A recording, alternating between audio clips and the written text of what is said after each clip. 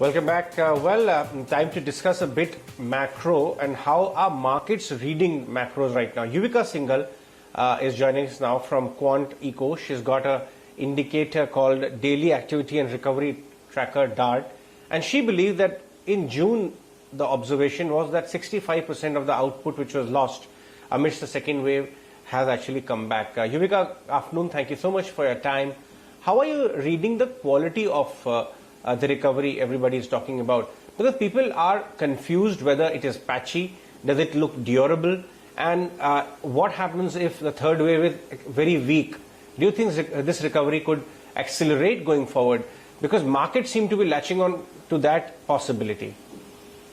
Right. Good afternoon, Ajay. Thanks. So, Ajay, what we are seeing is that a rather speedy recovery in economic activity is taking shape or has taken shape in the month of June. And our assessment is based on our in-house proprietary DART index, as you alluded to. And this is an index that is an aggregation of certain ultra-high frequency indicators that we track on a weekly basis. And the idea of doing so was to understand and capture the early signals and turning points in economic activity. And truly enough, we found that economic activity, after deteriorating somewhat in April, more so in the month of May, did bottom out in the last week of May, and since then it has turned around in the month of June. To put this in perspective, in terms of the economic output that was lost since the onset of the second wave, that is in the months of April and May, we have already seen nearly 65% of the economic activity recoup in the month of June. What has facilitated this? In our opinion, it is the reaction function of the states, which have embarked on a calibrated yet a fairly swift opening up of the economy with easing down of restrictions. Also, Ajay, we find that the burst of recovery happened in the first half of June. So of the 65% recovery that I alluded to, nearly 45% would have happened in June, whereas only 20% happened in the second half of the June, that is the third and the fourth week. Now we need to keep this in mind that obviously the burst that happened in the first half has tempered in the second half of June. And probably as we enter into Q2, that is what we feel that the recovery could probably be slightly more tepid or sobered down in its momentum. And why we believe so is because the trade-off between maintaining COVID-appropriate behavior and slipping back into some kind of restrictions remains a real threat for the economy. And, as you spoke about an impending third wave, that is still going to hang on the minds of the consumers, and that is going to have a fair bit of impact in Q2. Having said so, I think the real game changer could be on the vaccination front. As we all are aware, since the last week of June, we have seen almost the doubling up of the average pace of vaccinations on a daily basis.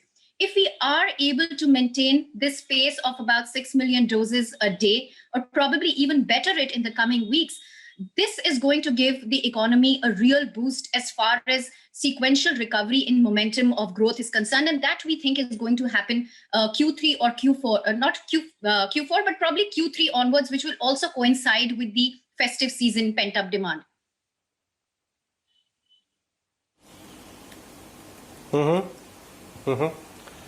Right. How confident are you about this recovery from here on, Yuvika? Because, a lot of global agencies are taking different calls.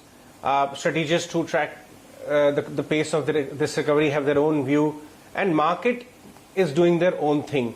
There is also the backdrop of a furious global, recovery which is actually happening. What are your thoughts? How much could India participate in that furious global rebound and dig ourselves out of this COVID-led, hole going forward, say a little far out if one were to take a call, 6 to 12 months far out? Right. So we have clearly bottomed out as far as economic activity is concerned after the second wave of COVID. I think there are a couple of positive factors that could propel growth here, over the next 6 to 12 months, as you said. We are ourselves looking at a 10% GDP growth for the full fiscal year FY22, that is. And that is premised on several factors, one being the normal monsoon. We have seen rainfall activity in the month of June, and as well as the Kharif both start on a fairly sanguine note. So that is good news for us.